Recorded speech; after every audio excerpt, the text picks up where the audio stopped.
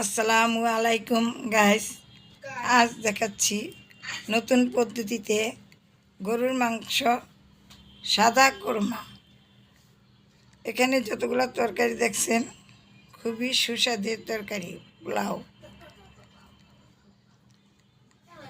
সবজি আর ডিম সাথে নিতে মনে ছিল না।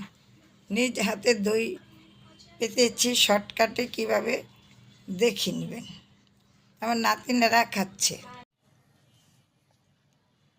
মাশাআল্লাহ, মাংসটি খুবই স্বাদ হয়েছে এবং খুবই লোভনীয় হয়েছে। মাংসগুলা খুবই সফট হয়েছে, হাতে ধরার পরই খসে খসে পড়ে যাচ্ছে। মাশাআল্লাহ, কি মজা! আমার আপুর হাতের রান্না খুবই সুস্বাদু। আপু যখন আমাদের বাসায় থাকে তখন আমরা খুবই মজার মজার খাবার খেতে পারি, আর এক একটা খাবারের স্বাদ অসাধারণ এবং খুবই লোভনীয়। আমার আপুর চ্যানেলে অনেক ভিডিও আছে, আপনারা সেখান থেকে দেখেই খাবার ট্রাই করে দেখবেন, সত্যিকারে খুবই ভালো লাগবে। নানুর প্রত্যেকটি চ্যানেলের প্রত্যেকটি খাবার খুবই সুস্বাদু।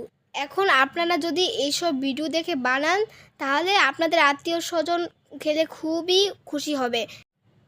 বন্ধুরা, আমার নানু শর্টকাটে খুবই সুন্দর দই বানায়। আমার নানুর হাতের দই আসলেই খুবই সুস্বাদু এবং খুবই মজা, দেখতেও লোভনীয়, খেতেও খুবই স্বাদ এবং সুস্বাদু। ওয়াও, মাশাআল্লাহ, কি সুন্দর! এখন দুইটা পাতা হচ্ছে। বিদায় নিচ্ছি, নাতিদের কথা শুনলেনই তো। আল্লাহ হাফেজ।